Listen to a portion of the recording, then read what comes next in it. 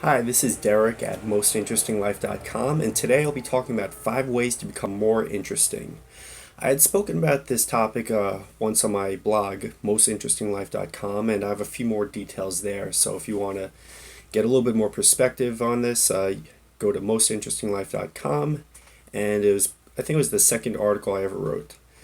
But what are 5 ways to become more interesting? There are unlimited ways to become more interesting. This is just 5 random ones that I just decided to talk about. Five's a good round number to choose, but these are definitely 5 of the biggest ones. All right, so number one is travel.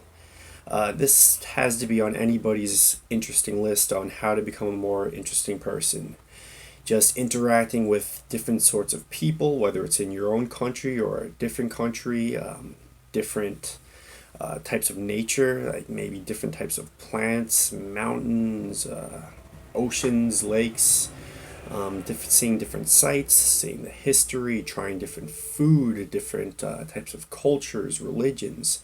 There's just so many interesting things to travel and so many experiences to be gained from it that this definitely has to be right at the top of any list, of any focus of anybody that really wants to become a more interesting person.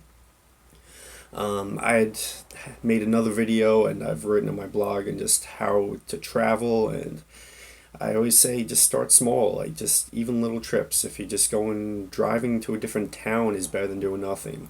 There are usually inexpensive cruises, or if you live in the United States, you could go to different islands for inexpensive. If you haven't traveled before, there's cheap trips to Dominican Republic, Mexico. There are options out there, and just you have to make it a priority, and it's definitely worth it.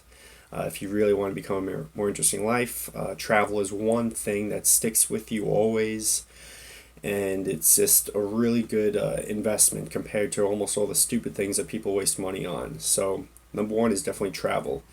Number two is reading. It might sound nerdy to some people, but reading is a great way to grow as a person. It just puts different thoughts and ideas in your head, and your thoughts and ideas it leads to actions and habits, and just becomes who you are. So there's so many different interesting topics you can read about. It's just I'm usually getting greedy with books. I order books. I go to libraries just so my place isn't all stacked up with books, so I could just give them back afterwards.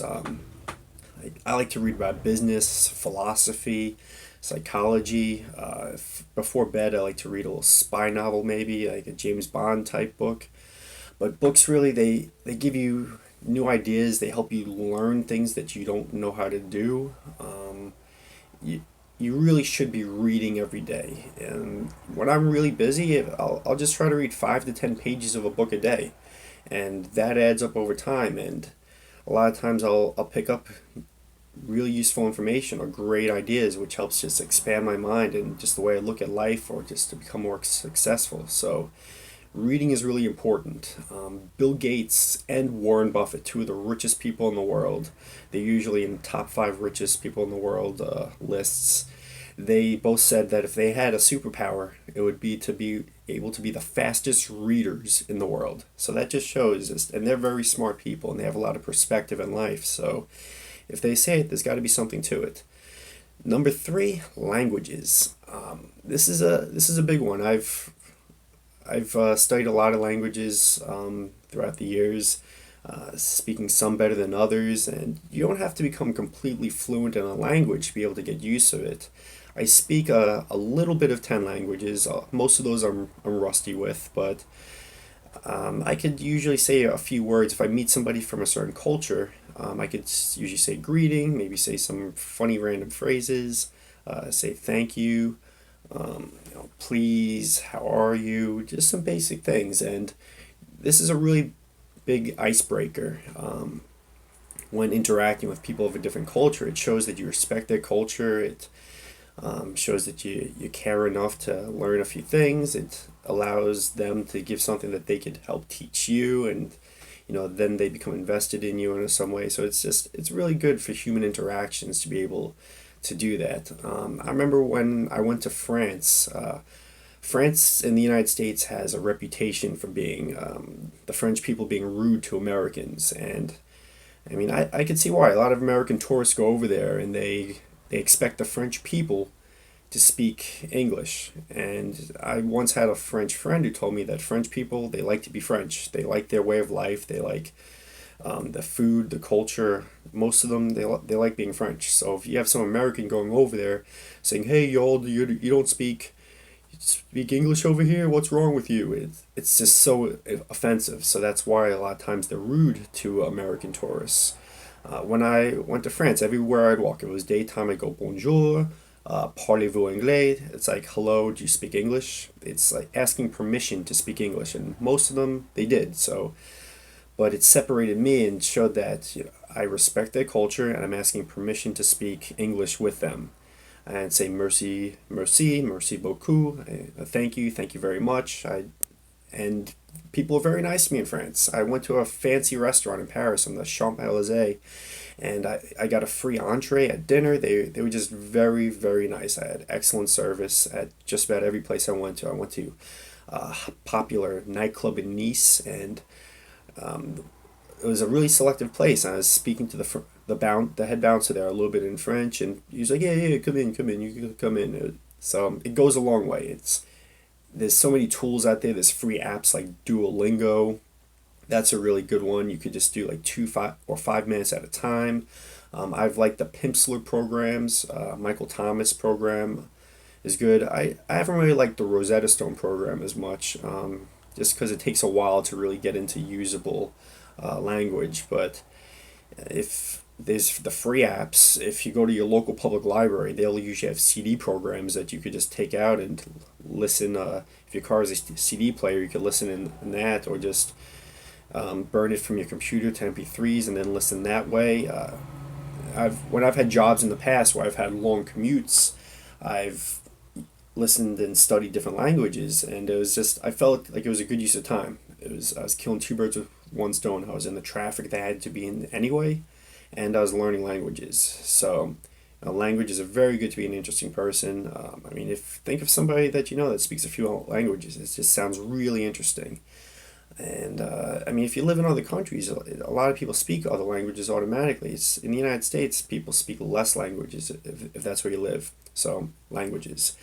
Number four, this is just a way of looking at life, just pushing your comfort zone in everything you do. I mean, it might be traveling, it might be intellectually pushing your comfort zone, like reading different books. And that's a pretty easy thing to do. Just go to a library and read on a subject that you wouldn't do normally. Just talking to people more, start random conversations with people, just a little small talk here and there. Um, or you could do more extreme stuff. Like if you've always kind of wanted to go skydiving or something like that, uh, find out if there's a place near you. See the steps that would take to book it. Just anytime you step out your comfort zone, you really grow as a person. It's just an excellent opportunity to become more interesting, and it's great because there are challenges all around. Everyday life is just full of opportunities to step outside your comfort zone.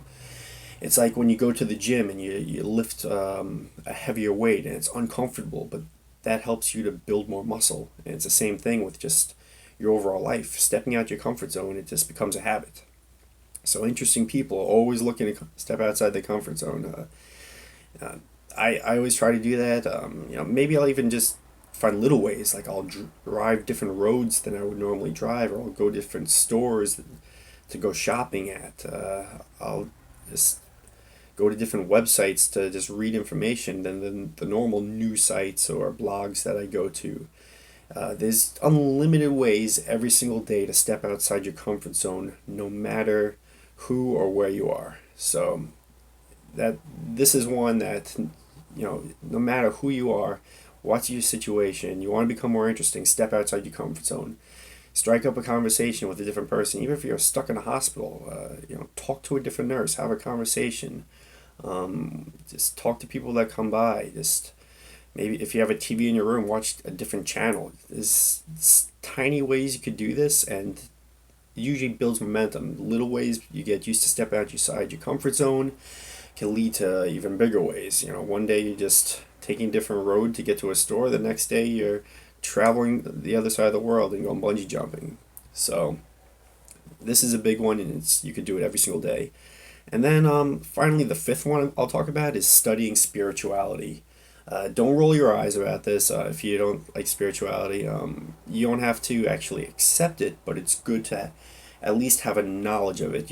You might say you're an atheist or something like that. Study spirituality just so you know all the things that you don't agree with. I mean, spirituality and religion has shaped so much of the world that we live in today. If you look at just the rise of Christianity and Judaism and Islam, and the maps of the world have been shaped by these things. So it's good to at least have a basic understanding. Go to Wikipedia and look up a few different religions or faiths and just get this couple of minutes, you'll know a lot more about the way that the world works. If you are spiritual, I consider myself to be very spiritual. I really enjoy studying different forms of spirituality and learning different lessons from each of them and looking for similarities between the different systems and looking for ways for life to make more sense through them. I myself, I'm very scientific too. I studied molecular biology as one of my majors in college, and my other one was economics, so that was also a lot of math and statistics, and I believe heavily in science. I just believe spirituality is covers a lot of things that science has yet to discover and to explain. It's like how a couple hundred years ago we didn't even know what radio waves were, and just to think that we could send communication with invisible waves would have been crazy. It would have sounded like something from some spiritual book. But now it's just part of life. At one minute it was outside of science, now it's part of science. And I think spirituality is like that. And you'll have topics like quantum physics that it seems to border spirituality. If you read some of the ancient Hindu texts, it actually seems to talk about the Big Bang and the breathing and expansion of the universe. And it seems to talk about atoms and protons and electrons. It's really interesting. So especially if you meet somebody that's also interested in topics like this, you can really have some interesting conversations and make some new friends. So those are 5 ways to become more interesting. Again, travel, reading, studying languages, pushing outside your comfort zone, and studying spirituality. You do those 5 things, even if you do just 1, 2, 3 of those things, just to start, and you focus on them, you'll find that your life just gets more and more interesting. You could start today pushing outside your comfort zone in little ways or bigger ways. You could go to a library and just find interesting books and do the reading one, and at the same time maybe you could get a book or an audio program on languages and travel and spirituality. You could take one trip to a library. Let's say you never even go to your library. That's stepping outside your comfort zone. Reading, because you'll be getting books on, let's say, travel of a place maybe you want to go to, on some spiritual topic that is interesting to you. In a language program to listen to in the car, let's say, and you're all set. You're on your way from one half an hour trip to the library. You could become a much more interesting person. And yeah, I love libraries. If you don't go to your library, get a library card, become a member. One thing that I like around where I live is all the libraries in my whole county belong to the same network. So I might hear about some new book that came out, like a new Tim Ferriss book or something. And if the library that I belong to that's near my house doesn't have it, I could get it loaned from another library and have it picked up at my library that's actually right around the block from my house. So it's an amazing resource. Always if you want to become more interesting, you have to always think about ways to become more interesting. And it really doesn't take too much effort. It's just like anything else, like working out, having a good diet, making money, anything. Consistency matters the most. So even if it's little things done consistently, it will make you more interesting. So that's all I have to say for today. If you like this video at all, just give it a thumbs up. That is really easy to do. If you want to hear more interesting videos from me, please subscribe. Go to the website, leave a comment. The more interact, the better it is for me. I'll look to respond to any comments you leave, or if you want me to talk about any other interesting subject, leave a comment there, and I'll look to make a video about that. So until then, thanks for listening and stay interesting.